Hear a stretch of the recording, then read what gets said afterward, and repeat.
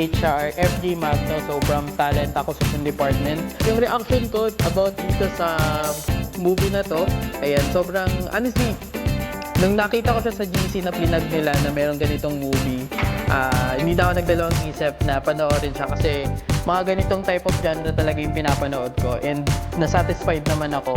Then, thanks din pala sa food na binigay nila, ayan.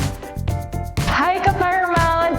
I am Marian Nabarosa, TA ng Cebu. So kakatapos lang namin manood ng movie night A Quiet Place Day 1. So yun, yung na-experience ko kanina sa movie, thrilling, excitement, then ang galing ng artista.